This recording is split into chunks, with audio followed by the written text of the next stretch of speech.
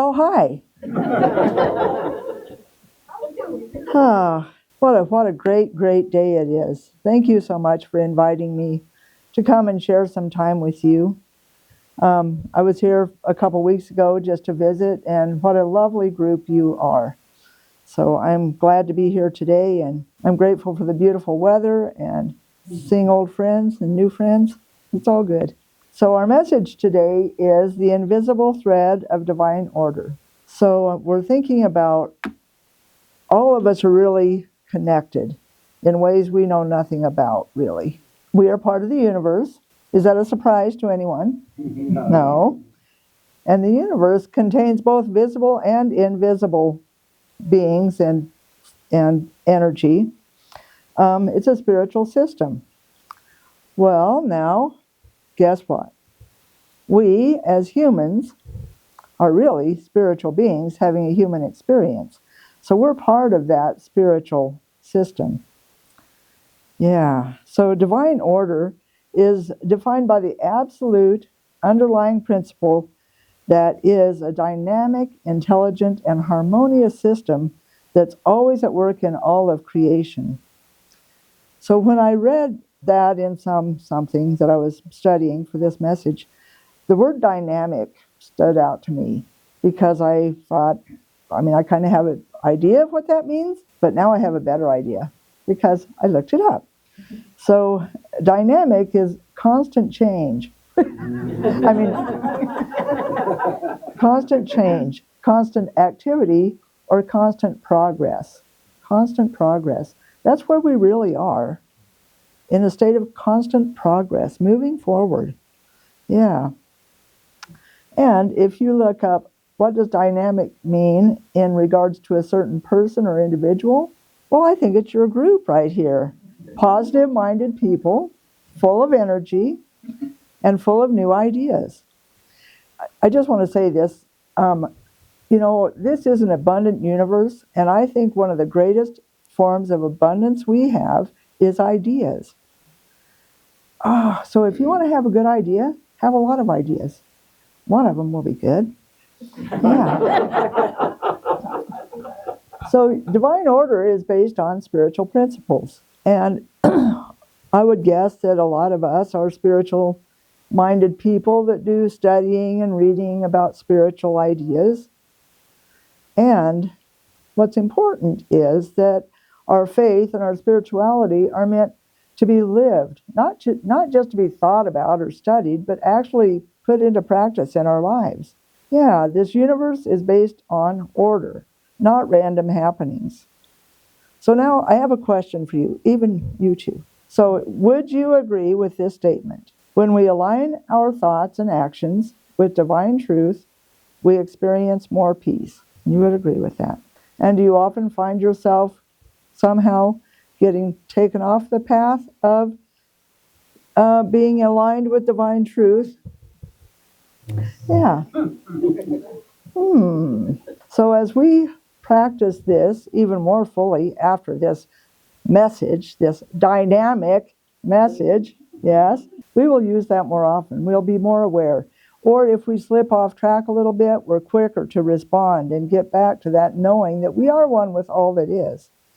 Yeah, when we focus on that invisible thread that connects us to our Creator, to our fellow travelers on this planet, and to the entire cosmos, we are aligned with divine order. So I have heard this expression before about be careful what you ask for. So before I actually retired, one of my prayer requests was to become comfortable with uncertainty.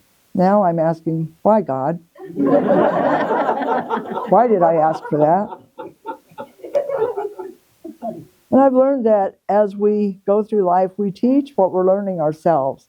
So today, this message is about divine order and also about how divine order is playing out in my life.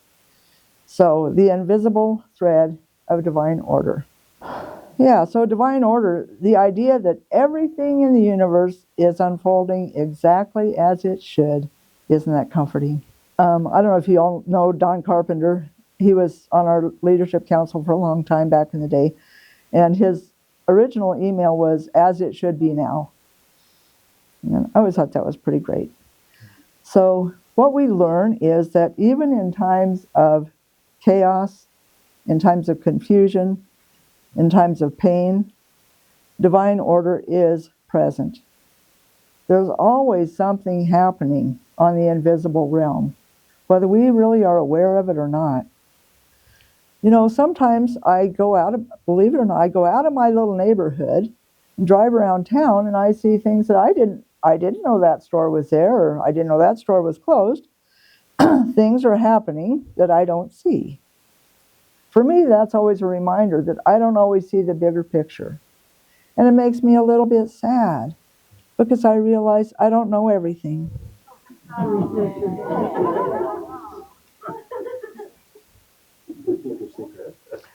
Yeah, thanks. So there's an expression, you may have heard this before, when one door closes, another opens. Have you heard that before? Sure. Yeah. So did you ever know that that really was inspired by a Bible verse?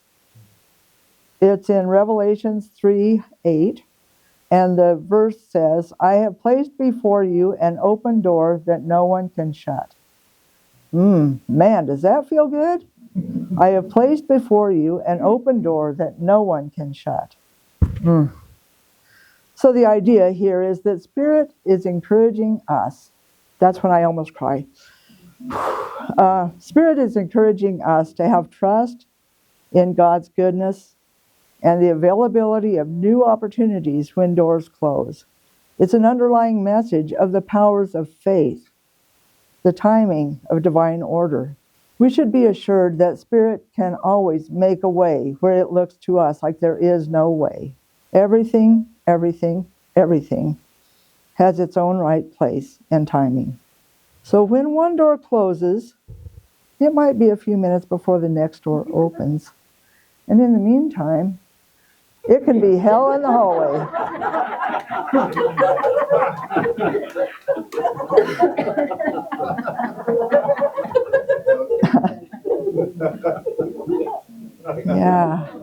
Yeah, you know, not every life experience is joyful.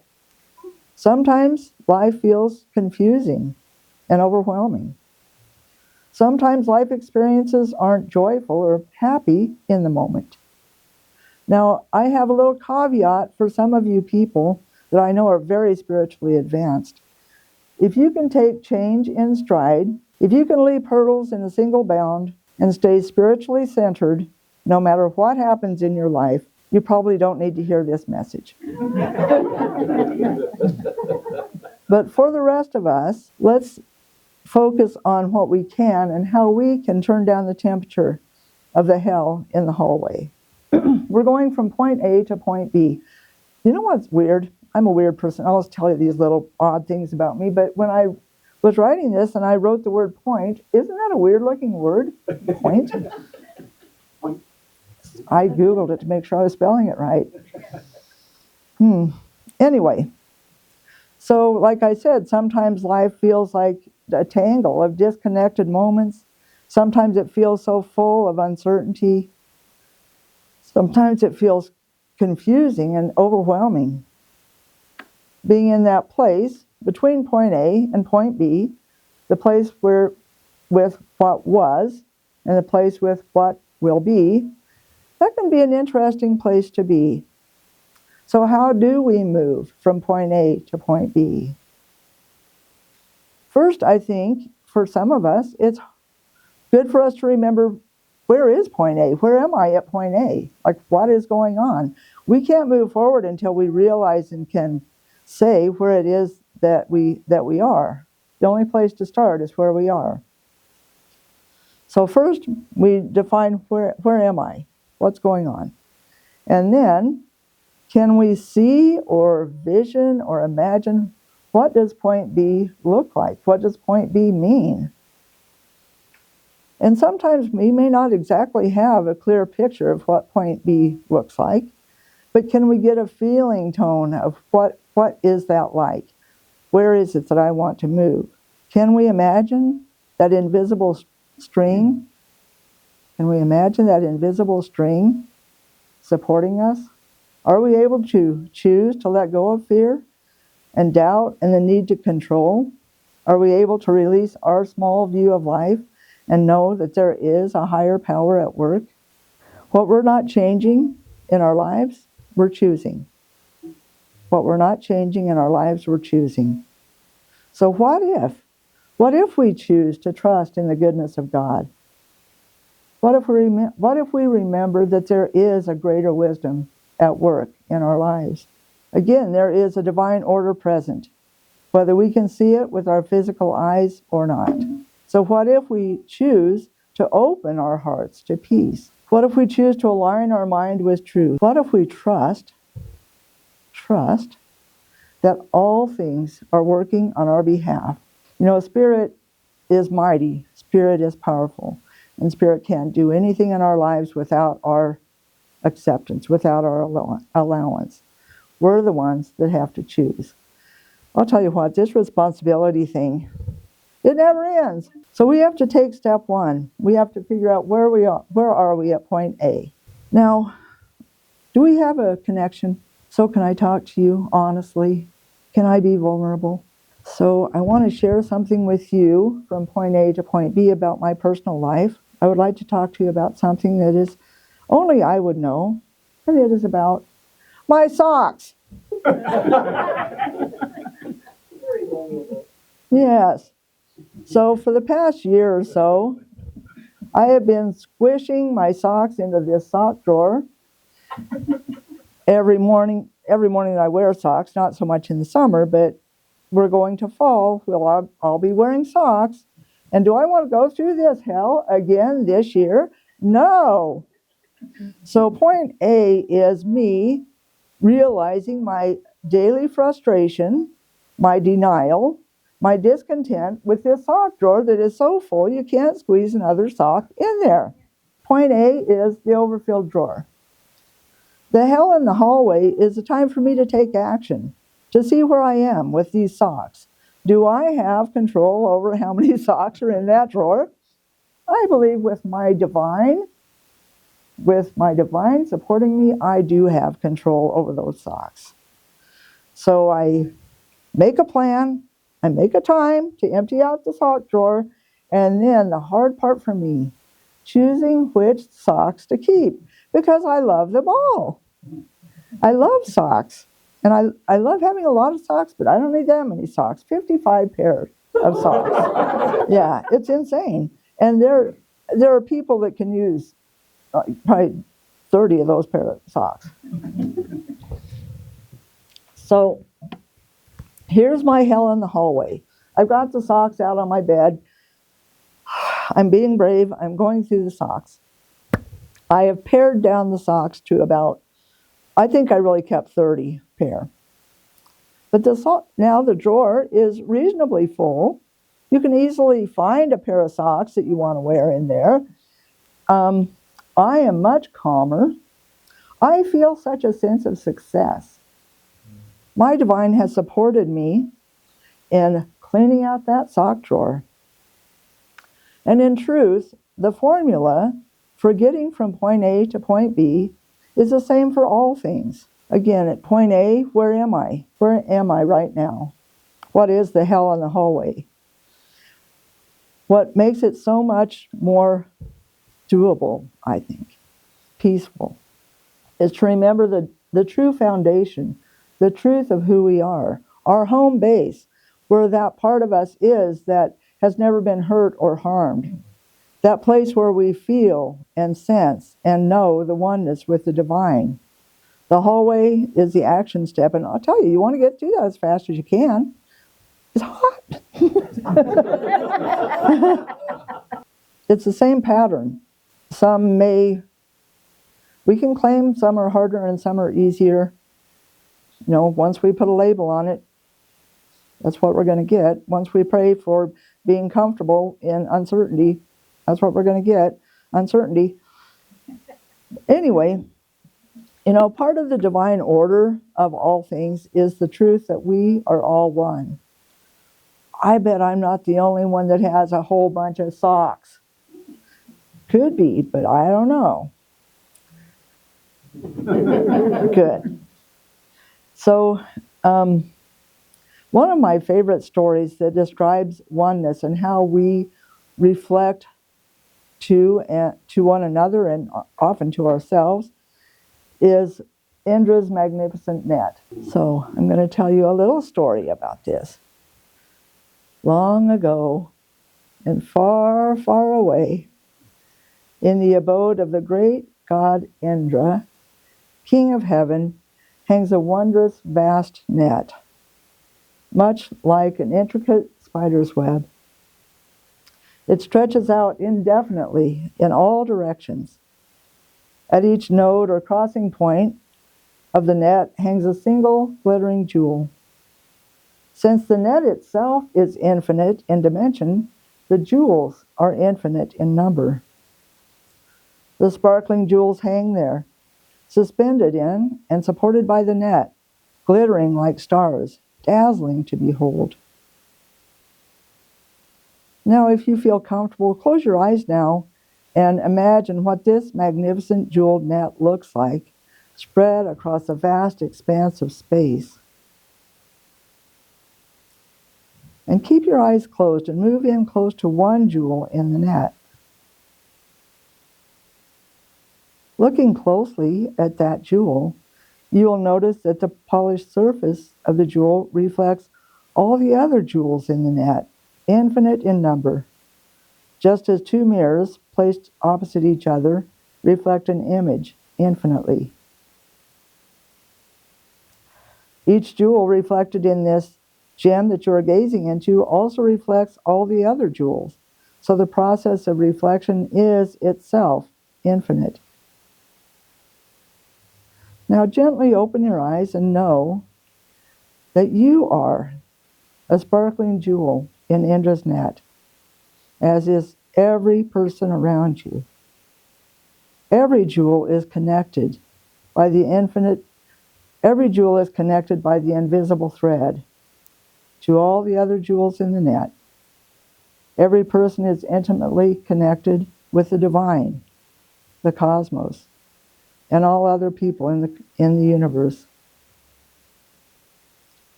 Each of us has an independent place within the net, and we all reflect and influence one another. A change in one jewel or one person produces a change, however slight, in every other. Realize, too, that the infinite reflections speak to the illusory nature of appearances. Appearances are not, in fact, reality, but only a reflection. The true nature of a thing is not captured by its appearance. However powerful that appearance may be, it is only a reflection of what is real. And whatever we do to one jewel affects the entire net, also affects ourselves. You cannot damage one strand of a spider web without injuring the entire web. And you cannot damage one strand of the web that is the universe without injuring all others in it. So obviously this can work for good or ill, because of course, just as destructive acts affect the entire net, so do loving, constructive, compassionate acts. A single helpful act, even a simple act of kindness, will send positive ripples across the infinite net, touching every jewel, every person in existence. The invisible passes into visibility through our trust in it, through our faith in it. Trust. Everything is unfolding for our growth, our good, and our purpose. Fear is only a belief in limitation or separation, and a denial in our mind that the divine is the center and the source of all good. So today, let's choose. Let's choose to align with the good. Let's name the good. Let's see the good. Let's practice gratitude. And know that though we may not see the way, there is a way. Our part is to trust in divine order. As Gretchen sang in her song, My Will or the High Will, which I think is pretty funny, my will or the high will, gonna leave it up to thee. Everything is easier with Spirit in me. Yes. The divine order, the divine Spirit, is an invisible thread weaving through every experience, even when we don't see it. So in the Bible, there was this guy, Mordecai, and this woman, Esther. Now, Esther was married to a king. That must have been great. I'm sure she still had to wear uncomfortable clothes, but one time Mordecai said to Esther, "And who knows but that you have come to your royal position for such a time as this?" Each one of us has a royal position, and we are here for a time such as this. There's something happening in this world right now, something beyond the surface of the world, beyond the physical appearances, something that we can sense in our soul. This is more than politics or countries or boundaries. This is divine energy. It is about light and darkness. You are one of those souls that has come to expand the light. You have come to shine the love. You have come to align yourself with divine order. There is an invisible thread of divine order weaving through my life.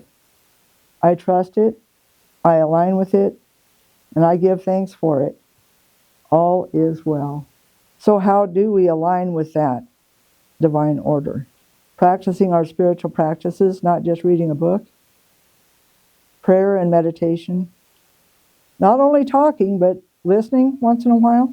Trusting our Creator and surrendering our expectations and affirming the good and being open and aware of the good all around us. So in this moment, we're going to take time for a short meditation. In this moment, we are open to that divine presence. We know that there is a divine intelligence that governs all life. It is not outside of me, not outside of you, but within me, within you. It is guiding, flowing, harmonizing.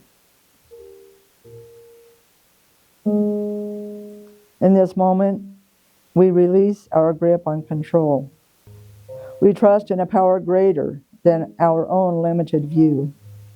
We trust that divine order is always present, even when we cannot see its form. We let go of resistance. We let go of forcing. We let go of needing to figure it all out. Instead, we align with the wisdom that knows. That same Spirit that orchestrates the seasons. The same Spirit that has turned this world, this landscape into such beautiful colors. That same Spirit that grows trees from tiny seeds. That same Spirit that beats my heart without effort. Yes, this divine intelligence, this divine order is at work in our lives right here and right now. So right now, we allow divine right timing. We allow divine right relationships. We allow divine right solutions. In this moment, we rest in the knowing that all is unfolding in perfect divine order. We affirm that we are safe in this process. Taking another deep breath, feeling and sensing the divine presence, we are anchored in peace. We are open to grace. We are willing to allow what is divinely ours to find its perfect way to us. So as we bring our attention back into this room, into this time and space, noticing the sounds in the room, noticing the people around us, noticing this peaceful energy and the beautiful light all around you, feeling your physical body and just taking the time to come back into this space, wiggling your fingers and toes, and when you are ready, opening your eyes. I know without a doubt, there is an invisible thread of divine order. And so it is. So it is.